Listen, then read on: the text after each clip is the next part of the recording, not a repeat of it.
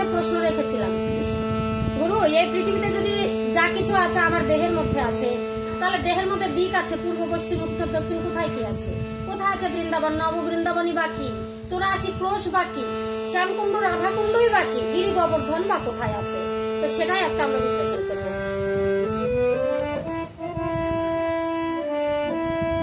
গুরু গো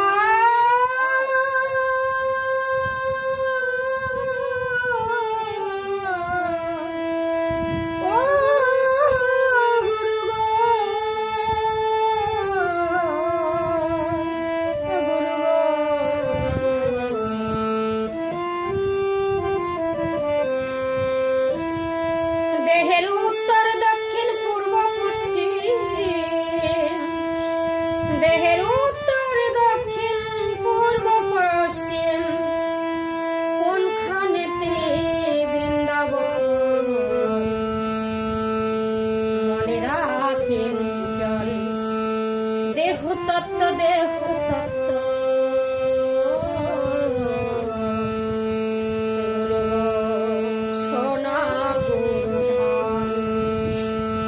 দেহতত্ত্ব দেহতত্ত্ব সোনা গুরুধন। দেহের উত্তর দক্ষিণ পূর্ব পশ্চিম কোনখানেতে বৃন্দাবন, নব বৃন্দাবন বাকি। আমাকে দেহতত্ত্ব শুনবার জন্য মনে আকিঞ্চন রয়েছে, মনের বড় আশা। গুরু যদি ধরবো তাহলে অবশ্যই আমাদের জানার দরকার আছে দেহ সম্পর্কে। গুরু বারবার বলছে যা দেখো বিশ্ব ব্রহ্মাণ্ডে তাই আছে দেহ ভাণ্ডে। যদি দেহ ভাণ্ডের মধ্যেই সবই থাকে, ওগো গুরু তোমার কাছে জানতে বড় ইচ্ছে হয়।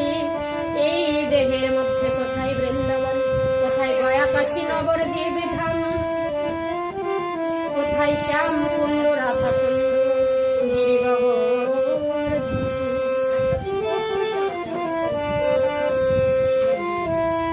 দেহের উত্তর দক্ষিণ পূর্ব পশ্চিম, দেহের উত্তর দক্ষিণ পূর্ব পশ্চিম, গুরু কোনখানেতে বৃন্দাবন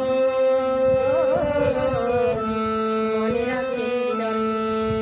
দেহ তত্ত্ব দেহ তত্ত্ব আমায় বল গুরুধন। দেহ তত্ত্ব দেহ তত্ত্ব বল গুরুধন।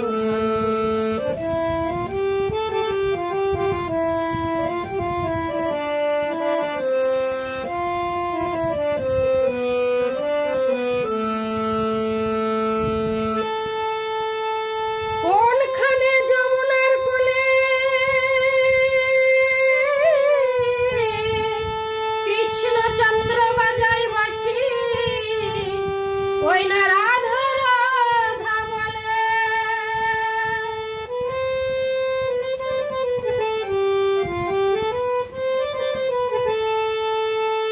কোনখানেতে যমুনার কোলে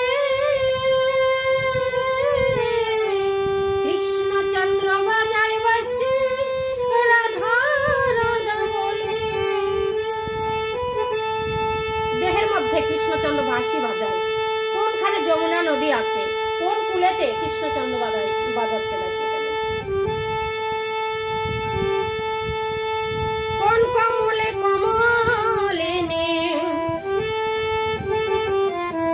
কোন কমলে কমলিনী, আর করে সখীগণে দর্শন মনে রাখেন জন। দেহ তত্ত্ব দেহ তত্ত্ব শোনাও গুরুধন। দেহ তত্ত্ব দেহ তত্ত্ব শোনাও গুরুধন। দেহের উত্তর দক্ষিণ পূর্ব পশ্চিম কোনখানেতে বৃন্দাবন মনে রাখেন জন।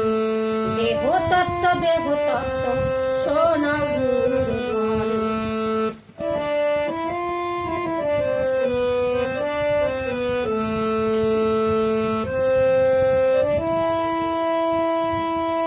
কোনখানে হয়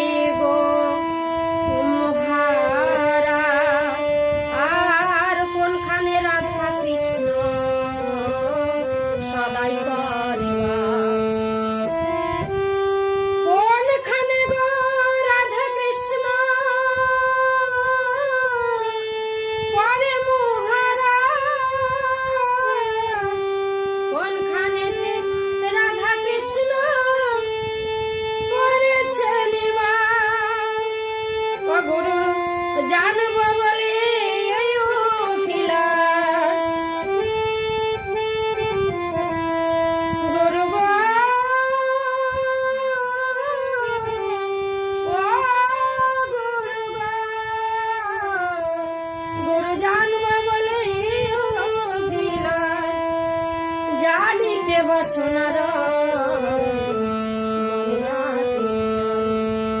দেহ তত্ত্ব শোনা গুরু।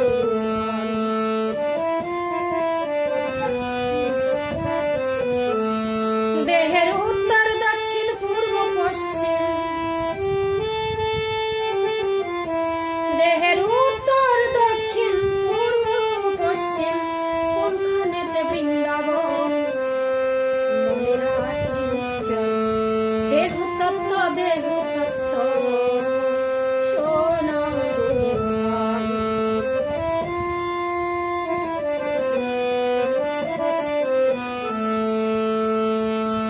আর মঞ্জুরি গান কোন পদ্মে রয়, আর কোন সাধনে পাওয়া যাবে রে মঞ্জুরির আশ্রয়। আমরা শুনেছি তুলসী মঞ্জুরির কথা না? এই মঞ্জুরি দেহের মধ্যে কোথায় আছে আমরা বিশ্লেষণ করব। আর মঞ্জুরি গান কোন পদ্মে রয়, আর কোন সন্ধানে পাওয়া যাবে মঞ্জুরির আশ্রয়। আমায় বলো বলো ওগো গুরু, আমায় বলো বলো ওগো গুরু, জানিতে বাসনার মনে রাখি জয়। দেহ তত্ত্ব শোনা গুরু ধন, দেহ তত্ত্ব শোনা গুরু ধন। দেহের পূর্ব পশ্চিম উত্তর দক্ষিণ, দেহের পূর্ব পশ্চিম উত্তর দক্ষিণ, কোনখানেতে বৃন্দাবন মনে রাখি জয়। দেহ তত্ত্ব আরে শোনা গুরু ধন। তো আমাদের দেহের মধ্যে শ্যামকুণ্ড রাধাকুণ্ডও রয়েছে। তো তারা কোথায়?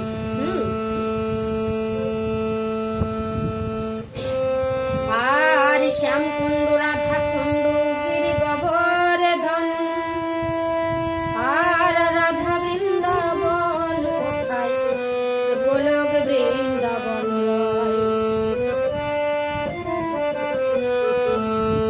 তো গুরুকে বলছি শ্যামকুণ্ড রাধাকুণ্ড আমরা দুটো পুষ্করিণীর নাম শুনছি, কোথায় আছে? বৃন্দাবন ধামে, তাই তো? তো এই শ্যামকুণ্ড রাধাকুণ্ড দেহের মধ্যে কোথায়? উত্তর দক্ষিণ পূর্ব পশ্চিম দেহের মধ্যে কোথায় আছে? কোথায় আছে সখীগণ মঞ্জুরিগণ? কোন সাধনে তাদেরকে পাওয়া যাবে? কোন পদ্মের মধ্যে এই মঞ্জুরিরা রয়েছে? তো আমাদের দেহের মধ্যে রয়েছে 7টা চক্র। তো এরা এক একটা পদ্মের মধ্যে বিরাজ করে। বলে কে? আমি একবার বলছি কি, তীর্থ ঘুরে 12, ঘরে বসেই 13 যদি করতে পারো। কি করতে হবে? আমাদের দেহের সাধনের কথাটা আগে থাকতে হবে। দেহের মধ্যে এই যে গুজ্জদার লিঙ্গজারের মধ্যে থেকে আমাদের দেহের একদম মস্তক পর্যন্ত 7টা কিন্তু চক্র আছে, ঠিক আছে? তো কুল কুণ্ডলিনী চক্র, এটা হচ্ছে চতুর্দল পদ্ম। চতুর্দল পদ্মের মধ্যে কুল কুণ্ডলিনী শক্তি আছে। তো এখানে ঘুমন্ত অবস্থায় সুপ্ত অবস্থায় কুল কুণ্ডলিনী শক্তি বিরাজমান। তো এটা কোথায়? গুজ্জদার আর লিঙ্গদারের মধ্যে। আমি বলিনি ভগবান আমাদের যে দেহটা গঠন করছে, ভগবান প্রত্যেকটা দেহের মধ্যে যখন একটা মাটির দেহ তৈরি করা হয়েছিল, ভগবান তো আমাদের কাদা মাটি দিয়ে যেমন খড়কুটা দিয়ে একটা হচ্ছে দেবতা তৈরি করা হয়, তো ভগবান আমাদের মাতৃ জঠরের মধ্যে রক্ত মাংস দিয়ে একটা দেহের একটা গঠন আকৃতি তৈরি করে।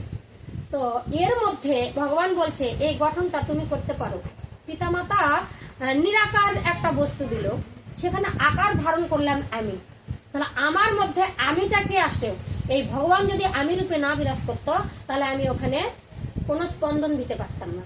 তো 7ম মাসে প্রভু আমার ওই দেহের মধ্যে বিরাজ করেন, এসে তখন আমাদের হৃদ স্পন্দন শুরু হয়।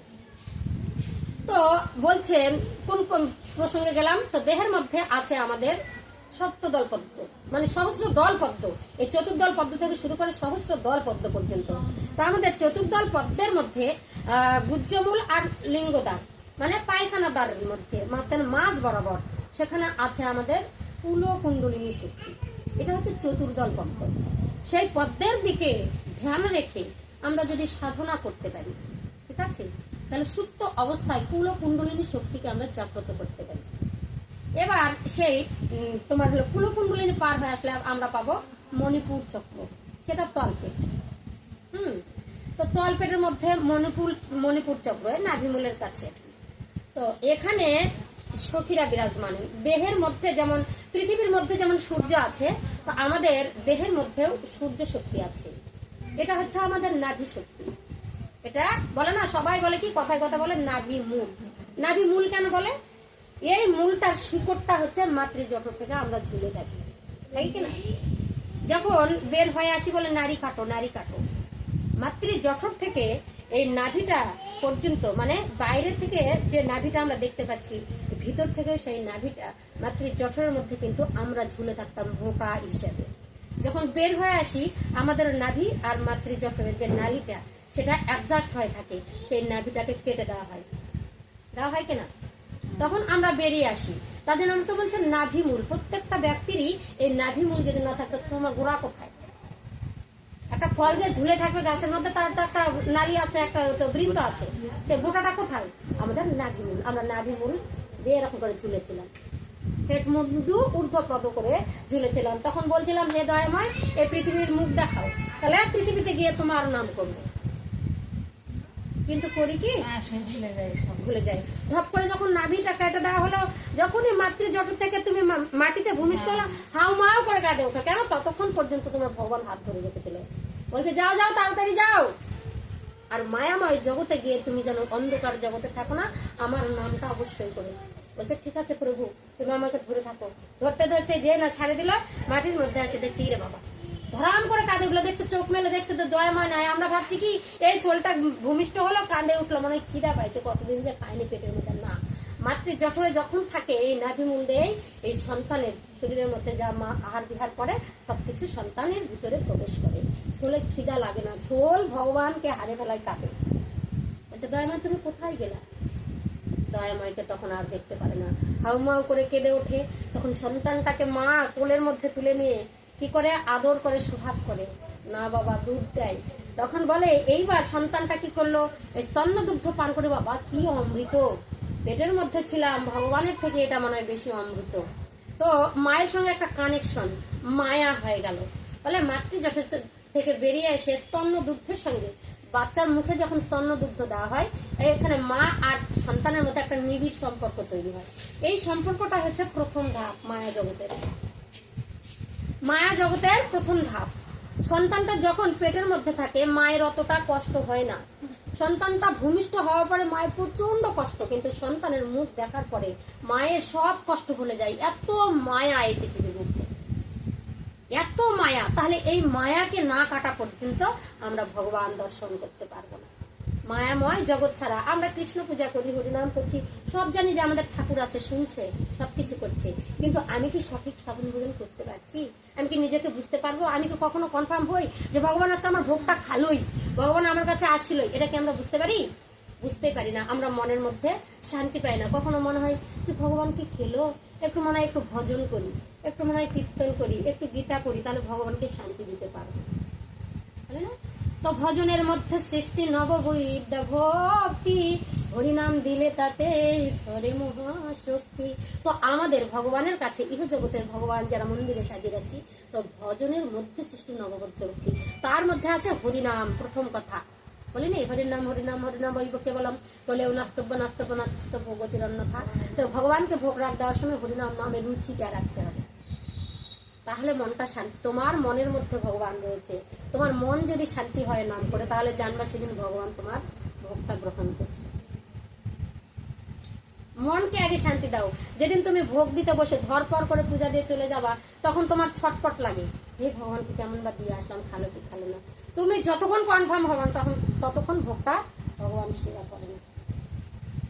তোমার শান্তি কখন লাগবে? যখন তুমি কৃষ্ণ নাম হরিনাম করবা, তাকে নিয়ে খেলবা, তার কাছে থাকবা, কাছাকাছি থাকবা, তো তখন তোমার শান্তি লাগে। তখন বুঝতে পারবা যে না, ভগবান আমার কাছেই আছে, ভগবান আমার সব কথা শুনছে, ইয়ে করছে। আর যত চঞ্চলতা করো, মন যত বিচলিত হয়, ভগবান ততক্ষণ সাড়া দেয় না। বলছে মনকে নিবেশ করো, এটাই মন্ত্র। মন্ত্র বলে কিছু হয় না পৃথিবীতে, মন্ত্র। তোর মনটাকে, মাসিমা যেমন বলো মনই শান্তি নাই তো করতে গেবে, মনই তোমার, মনটা তোমার। মনকে তুমি যদি ভগবানের প্রতি নিবেদন করতে পারো, কোনো মন্ত্রের প্রয়োজন।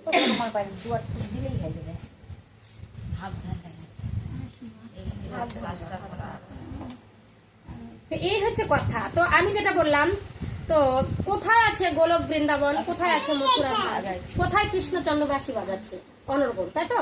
তো এগুলো আমাদের আজকে বিশ্লেষণ। রাধারানী কোথায় আছে, গিরি গোবর্ধনী বা কোথায় আছে? তো আমাদের দেহের মধ্যে আছে এই যে চক্রগুলো, তো মূলাধার, মণিপুর, স্বাধিষ্ঠান, তো হচ্ছে বিশুদ্ধ, অনাহত, তারপরে আজ্ঞা চক্র। এই যে আজ্ঞা চক্র, এটা হচ্ছে দ্বিদল, দ্বিদল গুরুজগলের মাঝখানে দ্বিদল চক্র আছে, দ্বিদল চক্র। এই দ্বিদল চক্রের মধ্যে মনকে নিবেশ করতে হয়। পূজা পার্বণ, সাধনা, ভজনা, কৃষ্ণ কথা, হরি কথা, যা কিছু করো এই দ্বিদল চক্রের মধ্যে যদি মন নিবেশ করো, এখানেই রাধা গোবিন্দের চরণ আছে। তাই তুলসীর পাতা অর্পণ করি, যখন তিলক শিখা বন্টন করি, লেপন করি, এই যে তুলসীর পাতাটা আমরা তার চরণে দিই, তাহলে রাধা গোবিন্দ এখানে আমাদের বিরাজ করছে। আর সহস্রদল পত্র আছে আমাদের এই মস্তকের উপর। এখানেই হচ্ছে গোলক বৃন্দাবন। এখানে গোলক বৃন্দাবন যদি আমরা সাধনা ভজনায় যদি পারদর্শী হয়, তাহলে গোলক বৃন্দাবনটা আমরা পেয়ে যাব, আমাদের আত্মার উদ্ধার পাই যায়। তো চতুর্দল পদ্মের মধ্যে মনটাকে নিবেশ করে প্রতিদিন শান্ত হয়ে বসে একটি শান্ত পরিবেশের মধ্যে, খোলামেলা বাতাসের মধ্যে, বা কোনো জঙ্গলে বা কোনো ঠাকুর ঘরে যেখানে হাওয়া বাতাস প্রবেশ করে, মনটাকে নিবেশ করতে হবে ভ্রুযুগলের মাঝখানে দ্বিদল পদ্মে। আর দৃষ্টি থাকবে চতুর্দল পদ্মে। চতুর্দল পদ্ম থেকে শতচক্র ভেদ করে করে, পঞ্চম চক্র ভেদ করে শতচক্রের মধ্যে মনটাকে বারবার নিয়ে আসতে হবে। এখানে গ্যাপ, এই গ্যাপটা পূরণ কে করবে? গুরুর আশ্রয় হবে। তুমি ধ্যান, যোগা, প্রাণায়াম সবই করতে পারো, কিন্তু এই গোলক বৃন্দাবন ধাম যদি যেতে হয়, তাহলে আমাদের গুরুর দরকার আছে। এই গ্যাপটাতে যেয়ে আমরা এই নদীটা পারাপার হতে পারি না। বলে না বৈতরণী নদী, কোথায় আছে বৈতরণী নদী গো? এই আমাদের দেহের মধ্যে। বৈতরণী নদীটা পার হতেই আমাদের জানটা চলে যায়। তো যদি সাধন ভজন ক্রিয়াটা ভালো হয়, তাহলে বৈতরণী নদী পার হয়ে চলে যেত। কোথায় সর্প ভয়, কোথায় বাঘ ভাল্লুকের ভয়, কোথায় সেই দাবানল, আমরা দেখি দাবানল দপদপ করে জ্বলছে, তার উপর দিয়ে আমাদের টানতে টানতে যমরাজের সেই দুধগুলো নিয়ে যাচ্ছে। শুনেছি তো ভাগবত একদম চরম সাজা, যে 28টা সাজার দরজা আছে, পাপপুরীর বিচার প্রত্যেকটা আমাদের জীবনের সঙ্গে ঘটবে যদি আমাদের সাধন ভজনটা ক্রিয়াটা দেখা যেত না। তো এগুলো হচ্ছে গুরু সাধনার কাজ। বৈতরণী নদী বলে কিচ্ছু থাকবে না। তুমি যদি সাধনে পটু হও, তুমি মহাশূন্যে তুমি একাই উঠতে পারবে। চতুর্দল পদ্ম গেল, তারপর অষ্টদল পদ্মের মধ্যে চলে আসবো। নাভি পদ্ম, নাভিমূল, এখানে আছে রাধারানী বসে আছে, এই নাভিটার কাছে শক্তি ধরে বসে আছে। আর রাধারানীর চারিদিকে আমাদের অষ্টসখী বিরাজমান। এই অষ্টসখী রানীকে নিয়ে আমাদের বলছে মঞ্জু। কোন সাধনে পাবো? এই সাধনে পাবো, দেহ সাধনার দ্বারাই এই রাধারানীকে আমরা জানতে পারবো। সখীদের মতো মঞ্জুরি, সখী মঞ্জুরি, যে জ্ঞান মঞ্জুরি আমরা শুনছি, তাই না? জ্ঞান মঞ্জুরি গীতার কথা শুনছি, তুলসী মঞ্জুরির কথা শুনছি, কিন্তু রাধারানী অষ্ট সখীকে নিয়ে যেখানে বিরাজমান, সবসময় দুঃখের কথা সুখের কথা বলে, বৃন্দাবন ধাম শুনছি, কিন্তু আমাদের দেহের মধ্যে এই সখীদেরকে নিয়ে রাধারানী সবসময় আনাগোনা আস্তে আস্তে নাভিমূলের চারিধারে এখানেই মঞ্জুরি সখীরা বিরাজমান। হরে কৃষ্ণ। হ্যাঁ বলো। নাভির মূল থেকে নিয়ে আসলাম, মধ্যচক্রে নিয়ে আসলাম, মনটাকে কি করে স্থির করবো? মনটাকে স্থির করা ধ্যান প্রাণায়ামের মধ্যে সবকিছু বলছি। তারপরে আমরা কোথায় চলে গেলাম? তো অষ্টদল ভেদ করলাম, তোমার হচ্ছে আগে চতুর্দল ভেদ করলাম। চতুর্দলের মধ্যে গুচ্ছদ্বার, লিঙ্গদ্বারের মধ্যে মনকে নিবেশ করলাম। মনটাকে ধীরে ধীরে আমরা অষ্টদলে নিয়ে আসলাম। তারপরে আমরা কোথায় নিয়ে আসবো? দ্বাদশ দল, দ্বাদশ দল পদ্ম, হৃদপদ্ম, এখানে নিয়ে আসবো, তাই তো? তো নিয়ে আসে হৃদয় মন্দিরে। এবার ভগবানকে পেয়েছি। এই হৃদয় মন্দিরটার মধ্যে 2.5 ইঞ্চি, আমাদের বলছিল না 84 ক্রোশ বৃন্দাবন, যেটা বৃন্দাবনে হচ্ছে 84 ক্রোশ, আমাদের দেহের মধ্যে পা থেকে মস্তক পর্যন্ত এই বৃদ্ধা আঙ্গুল দিয়ে যদি মেপে মেপে মেপে মেপে গণো, তাহলে আমাদের 84 ক্রোশ বৃন্দাবন হবে,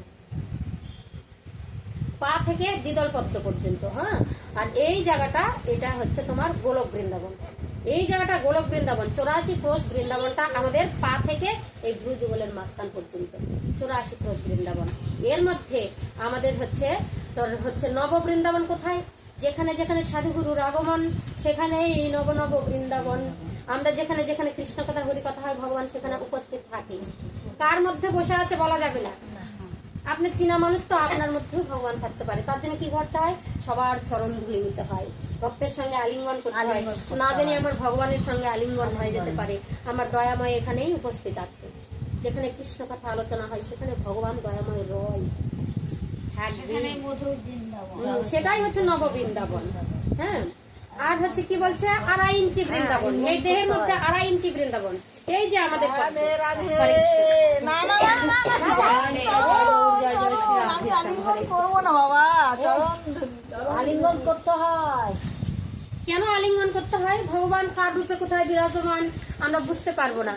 যদি দয়াময় একটা ভিখারি আসলে আমরা বলি কি পরে হবে, এখনই হরে কৃষ্ণ হরে কৃষ্ণ। হৃদয় পাওয়াই যাচ্ছে না, হৃদয়ে হৃদয়ে আলিঙ্গন না করলে কি হবে?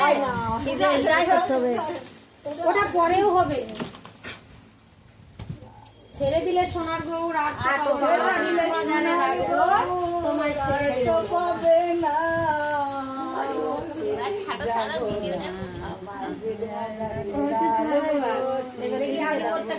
করতে করতে রাধে রাধে প্রেম সে বলো রাধে। আছে তো কি আছে, আলিঙ্গন করো, দরকার আছে। প্রাণ পাখি উড়ে গেলে আর এগুলা হবে না বাবা, সময় চলে গেলে সাধন ভজন হয় না। কাউকে দেখে যদি তোমার লাগে মধুর, তাহলে জানবে তুমি সেখানেই আছে আমাদের কৃষ্ণ প্রভু চন্দ্রপ্রভু। যদি তুমি বলো ভগবান কোথায় আছে, কাউকে দেখে আমার খুব শান্তি লাগছে দেখে দেখে, তো তার মাঝেই ভগবান আছে। সবারই হৃদয়ের মধ্যে ভগবান রয়েছে, তাই না? তো এই হৃদয়ের মধ্যে ভগবান রয়েছে। আমি কেন বলি তোমার অন্তরের মধ্যেই তো ভগবান আছে। কেন বলি, এই দেহটা যখন তুমি চতুর্দল থেকে তো শতদল পদ্ম, সেটা হচ্ছে তলপেট, তারপর নাভিমূলে আসলাম অষ্টদশ পদ্ম, এবার আমরা দ্বাদশ দল পদ্মে চলে আসলাম। দ্বাদশ দল পদ্ম হচ্ছে এই যে আমাদের হচ্ছে হৃদয় মন্দির। এখানে 2.5 ইঞ্চি মাত্র, 2.5 ইঞ্চি, 1, 2 আর 1 আঙ্গুল, এই জায়গাটার মধ্যে আমরা বলে না হৃদয়, হৃদয় কমলের মধ্যে এখানে আমাদের আছে হৃদ বৃন্দাবন। এটা 2.5 ইঞ্চি বৃন্দাবন। তাহলে বৃন্দাবন, সেখানে আমাদের মনটা একবার নিবেশ করা দরকার। নিজের হৃদয়কে নিজে একটু দর্শন করে দেখুন, এখানে ভগবানকে দেখা যাচ্ছে নাকি। মনটা থাকবে তোমার ভ্রু যুগলের মাঝখানে নয়ন, আর তোমাকে দৃষ্টি রাখতে হবে হৃদয় মন্দিরে। সাধন ভজন কি অতই সহজ কথা? এবার মনটাকে তুমি ভ্রু যুগলের মধ্যে স্থাপন করো, আর দৃষ্টিটা মনের এই ভ্রু যুগল থেকে তুমি দর্শন করো এই হৃদয় কমলটা, এখানেই বৃন্দাবন দর্শন হয়ে যাবে, তাই কি না? এইভাবে সাধন ভজন করতে হয়, এইভাবে সাধনা করতে হবে। ঘরে বসেই তারে পাওয়া যাবে। সাধন ভজন কোথায় করবা? এই দেহের মধ্যে চক্রভেদ করে চক্রভেদ করে চক্রভেদ করে ঊর্ধ্ব দিকে গমন করতে হয়। আমরা তো যখন মাতৃজঠরে থাকি স্থূল দেশের মধ্যে, মাতৃজঠর থেকে বেরিয়ে আসলাম, এবার গুরু দিল মন্ত্র কানের মধ্যে, তখন প্রবর্তকের দেশে যা মানে ঊর্ধ্ব দিকে যাই। যদি তুমি শিশু শিক্ষা পড়ো, তুমি কি প্রাইমারি স্কুলে পড়বা না? প্রাইমারি স্কুল থেকে হাই স্কুল যাবো, হাই স্কুল থেকে কলেজ যাবো, যাতে যাতে যাতে যাতে আমরা শিক্ষিত হই, তাই না? তারপরে শিক্ষিত হলেই আমার নয়, অভিজ্ঞতা অর্জন করতে হবে। গুরুর শিক্ষাটা নিলাম, দীক্ষাটা নিলাম, কিন্তু অভিজ্ঞতাই নাই, তাহলে আমার কোনো কর্মফল সব বৃথা। এবার বলছে গুরুদেব, যখনই তুমি শিক্ষাগুরুর আশ্রয় করবা, তোমার শরীরের মধ্যে কোনো ধন তোমার নষ্ট করা যাবে না। গুপ্ত কিছু ধন আছে, পিতৃসত্তা আমাদের মস্তকের মধ্যে, এই গোলক বৃন্দাবনের মধ্যে প্রভু আমার সুপ্ত রূপে পিতৃসত্তা রূপে বিরাজমান। যতবার পিতৃ বীজ তুমি নষ্ট করবা, ততই তোমার দেহের মধ্যে থেকে প্রাণবায়ু ধীরে ধীরে কমতে থাকবে, তাই তো? তো চলে আসলাম দ্বাদশ দলে। এইবার আবার চলে আসবো আমরা ষড়দল, তারপর তোমার আসবো দ্বিদল পক্ষে। তো এই যে এগুলো চক্রগুলো ভেদ করতে হয়, অন্তরটা চোখটা মুদ্রিত করে আগে গুজ্জদ্বার লিঙ্গদ্বারের মাঝখানে নয়নটা, মনটাকে এখানে রাখতে হবে। মন নেত্র দিয়ে বলে না 3 নেত্র, এই মনের নেত্রটা এখানে রাখতে হবে। কপালের মধ্যে আমরা জ্যোতি দেখি, মনসা কালী দুর্গা দেখি না, তাদের মতো তোমারও তৃতীয় নয়ন খুলে যাবে প্রত্যেকদিন তুমি যে করো। তা আমরা চোখটা বন্ধ করে দেখো, তুমি দুনিয়া দেখতে পাচ্ছ, তোমার বাড়িটা দেখতে পাচ্ছ, ঘরটা দেখতে পাচ্ছ, কি দিয়ে দেখতে পাচ্ছ? মনোনেত্র দ্বারা। গুরু মন্ত্র দিবে, মন্ত্র তুমি নিলা, কোথায় রাখবা? মনে রাখতে হবে। তাহলে মনে রাখতে হবে, তাহলে মনটার মধ্যে রাখতে হবে। মনটা কোথায় রাখবো? এই দ্বিদলের মধ্যে রাখবো। মনটা দ্বিদলের মধ্যে রাখে, মনটা দ্বিদলের মধ্যে রাখে আমার দেহ চক্রগুলো ভেদ করতে হবে। বলে 84 ক্রোশ বৃন্দাবন তাহলে তোমার ভ্রমণ হবে। যদি তুমি চতুর্দল থেকে দ্বিদল পদ্মের মধ্যে প্রত্যেকদিন ভ্রমণ করো, দেখবা দ্বিদল থেকে আবার তুমি হচ্ছে আবার নামতে নামতে নামতে নামতে নামতে আবার চতুর্দলে আসবা, চতুর্দল থেকে আবার দ্বিদলে আসবা, নয়ন মুদ্রিত করে সেটাই দর্শন করো। এইভাবে তোমার পরিক্রমা হবে। পরিক্রম যদি দেহকে একবার মানুষ পরিক্রমা করে, একবার পরিক্রমা করলে মানুষ বলে কি 3 লক্ষ বার নামের সমান হয়। বৈষ্ণব আর সাধকের মধ্যে এটাই তফাৎ। কেউ মালাতে নাম করে, 16 নাম করলে যে 16 মালা জপ করলে যখন 3 নাম হয় যেরকম, সেরকম একবার দেহ পরিক্রমা করলে সেই রূপ নাম তোমার হয়ে যাবে। তাহলে দুনিয়া কেন খুঁজতে যাবো? আমার দেহের মধ্যে যদি সব থাকে, নাম যদি এই দেহের মধ্যেই হয়, শুধু নাম টাম কিচ্ছু নয়, তাহলে দেহ ভ্রমণ করতে হবে। আমার পায়ের পাতা থেকে আমার চোখটা বন্ধ করে আমি পায়ের পাতার দিকে তাকাবো, তাকাও। তোমার পায়ের পাতার যদি তুমি চোখের চোখ দিয়ে তুমি বৃদ্ধা আঙ্গুল দেখতে পাও, চোখ বন্ধ করে বৃদ্ধা আঙ্গুলে যত তোমার দুঃখ রাগ জ্বালা সব নিমিষে মাটির নিচে লয় হয়ে যাবে। ধ্যানের প্রথম ধাপ, নয়ন মুদ্রিত করে নিজের দেহটাকে দুই বৃদ্ধা আঙ্গুলের দিকে তাকাও। দেখো দেখি তাকায়, দেখতে পাচ্ছ কিনা? অনেকে বলে দিদি কেমন করে সাধন ভোজন করবো, দিদি ধ্যান কেমন করে করবো, কেমন করে গুরু সাধন করবো, তুমি তো সমস্ত কথা বলো না। আমি বলেছি বীর্য সাধনের কথা বলছি, নানান কথা বলছি, দম ক্রিয়া বলছি, কিন্তু কিভাবে ধ্যানে প্রবেশ করবা এর বারবার বলি। মনকে গুরু জগলের মধ্যে স্থাপন করে নির্জন জায়গায় বসে বারবার মনকে বিষয় হইতে প্রত্যাহিত করে দেহের মধ্যে সমাধি করো। যতই বিষয় আশয় থাক না কেন, যতই সন্তানের মায়া, যত কিছু বেড়াজাল থাক, দেহের মধ্যে বারবার সমাধি করো। বলছে এটা হচ্ছে মনের ব্যাপার, অনায়াসেই তুমি সমস্ত কিছু বিসর্জন দিতে পারবা দেহের মধ্যে। কিন্তু আমাদেরকে অভ্যাস করতে হবে কিসের দ্বারা? এই মনকে সাধনার যোগ বলের মাধ্যমে, যোগ ও বলের মাধ্যমে। যোগ ও বল, যোগ মানে কি? যুক্ত হওয়া। যোগ মানে সঞ্চয় করা, তাই কি না? যোগ মানে বর্ধিত করা। যদি তুমি 1 টাকা ব্যাংকে রাখো আর 1 টাকা যদি দাও, তাহলে 2 টাকা হবে, সেটা সুদে আসলে বাড়তে থাকবে। যদি তুমি 1 টাকা ব্যয় করো, বলছে যোগে জিয়ায় আর ব্যয়ে মরে। যোগ বল কাকে বলে? যোগ আর বল মানে আমরা যুক্ত হব বল শক্তির দ্বারা। আমাদের দেহের মধ্যে যে বল আছে সেটাকে আমরা যুক্ত করব। তার সঙ্গে গুরু যেমন আমার মন্ত্র দেয়, আমরা দেহকে আত্মার সঙ্গে কানেকশন করব। এবার আত্মা যখন দেহের সঙ্গে অ্যাডজাস্ট হয়ে যাবে, তুমি মিথ্যা কথা বলতে পারবে না, তুমি খারাপ কোনো কাজ করতে পারবে না, তোমার মনের মধ্যে দুঃখ জ্বালা থাকবে না, মায়ার বন্ধনটা ধীরে ধীরে কেটে যাবে। আর যখন তুমি মায়াময় জগৎ থেকে উত্তীর্ণ হয়ে যাবে, তখনই তোমার পরমাত্মার সঙ্গে মিলিত হবে। জয় জয় নিতাই। জয় জয় শ্রীরামকৃষ্ণ। এই হচ্ছে দেহের কথা। তো বলছে দেহের পূর্ব পশ্চিম উত্তর দক্ষিণ কোথায় আছে গুরু তোমার কাছে জানতে বড় আর কিঞ্চন হয়। অবশ্যই জানার দরকার আছে। তো দেহের মধ্যে বলছে উত্তর দিক কোনটা আছে? তো আমরা গীতাতে পড়েছিলাম উত্তরায়ণ আর দক্ষিণায়ন, তাই না? তো যখন বিশ্বদেব এই যে সরসজ্জার মধ্যে শুয়েছিল, তখন দক্ষিণায়ন চলছিল।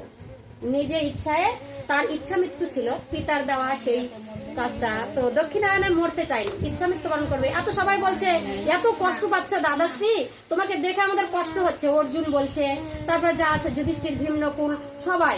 কৃষ্ণ দয়াময় আসে বলছে তুমি কি প্রাণ ত্যাগ করবা না? বলছে এখন উত্তরায়ণ চলছে।